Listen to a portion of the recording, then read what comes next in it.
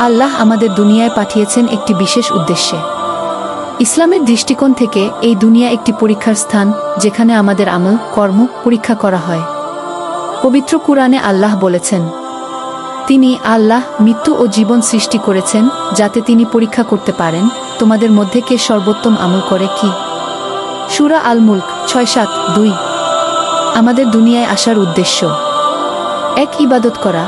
আল্লাহর আদেশ মেনে চলা এবং তার ইবাদত করা আমাদের প্রধান দায়িত্ব। আমি জিন ও মানবজাতিকে কেবল আমার ইবাদতের জন্যই সৃষ্টি করেছি। সূরা আয়ারিয়াত ৫-১-৫-৬। ২, পরীক্ষার সম্মুখীন হওয়া। দুনিয়াতে আমাদের নানান পরীক্ষা দেওয়া হবে, কখনো সুখ, কখনো দুঃখ, কখনো সম্পদ, কখনো দারিদ্র্য। এসব পরীক্ষার মাধ্যমে বোঝা যাবে আমরা কতটা ধৈর্যশীল ও আল্লাহর প্রতি বিশ্বস্ত। আর অবশ্যই আমি তোমাদের পরীক্ষা করব কিছু ভয়, ক্ষুধা এবং জানমাল ও ফসলের ক্ষতির মাধ্যমে। আর তুমি সুসংবাদ দাও ধৈর্যশীলদের। সূরা আল বাকারা ২-১-৫-৫। ৩, সৎভাবে জীবন যাপন করা। আল্লাহ আমাদের দুনিয়ায় পাঠিয়েছেন যাতে আমরা ন্যায়নীতি অনুসরণ করি, অন্যদের উপকার করি এবং সত্য ও ন্যায়ের পথে চলি। ৪, আখিরাতের জন্য প্রস্তুতি নেওয়া। এই দুনিয়া ক্ষণস্থায়ী, কিন্তু আখিরাত চিরস্থায়ী।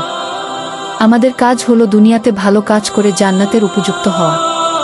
এই পার্থিব জীবন কেবল ভোগবিলাস ও খেলাধুলা মাত্র, আর পরকালের আবাসী হলো প্রকৃত জীবন, যদি তারা জানত। সূরা আল আনকাবুত ২-৯-৬-৪। সংক্ষেপে, আল্লাহ আমাদের দুনিয়ায় পাঠিয়েছেন পরীক্ষা করার জন্য আমরা তার আদেশ মেনে চলি কিনা, ভালো কাজ করি কিনা, ধৈর্য ধারণ করি কিনা। যারা এই পরীক্ষায় সফল হবে তারা আখিরাতে জান্নাতে প্রবেশ করবে।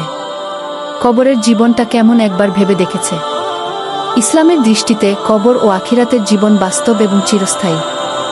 দুনিয়ার মৃত্যুর পর আমাদের জীবন শেষ হয় না, বরং আমরা একটি নতুন যাত্রা শুরু করি, যা কবর থেকে আখিরাত পর্যন্ত বিস্তৃত। এক, কবরের জীবন বারযাক। কবরের জীবনকে বারযাক-ই বলা হয়, যা মৃত্যু ও কিয়ামতের মধ্যবর্তী একটি পর্যায়। তাদের পিছনে রয়েছে এক অন্তরায় বারযাক, পুনরুত্থান দিবস পর্যন্ত। সূরা আল মুমিনুন ২-৩-১-০-০। কবরের অবস্থা কেমন হবে? কবরের জীবন ভালো বা খারাপ হতে পারে, যা নির্ভর করে ব্যক্তির দুনিয়ার কর্মের উপর। সৎ ব্যক্তিদের জন্য তাদের কবর জান্নাতের বাগানের মতো হবে। প্রশস্ত করে দেওয়া হবে, সুগন্ধি ছড়িয়ে পড়বে। ফেরেশতারা তাদের আনন্দের সংবাদ দেবেন। যে কেউ তার রবের প্রতি তাকওয়ার জীবন যাপন করেছে, তার জন্য কবরের ভিতর প্রশান্তি ও শান্তির ব্যবস্থা করা হবে। তিরমিজি ১০৭১। পাপীদের জন্য তাদের কবর জাহান্নামের গর্তের মতো হবে। শাস্তি দেওয়া হবে, কবর সংকুচিত হয়ে আসবে। ভয়ঙ্কর ফেরেশতারা এসে কঠিন শাস্তি দেবেন। যদি কেউ কাফির হয় তবে তার জন্য লৌহের শলাকা দিয়ে আঘাত করা হবে, এমনকি তার চিৎকার চারদিক পর্যন্ত পৌঁছাবে। সহিহ বুখারী ১৩৭৪। ২, কিয়ামত, পুনরুত্থান ও বিচার দিবস। কিয়ামতের দিন আল্লাহ সব মৃতকে পুনরুত্থিত করবেন এবং তাদের বিচার করবেন।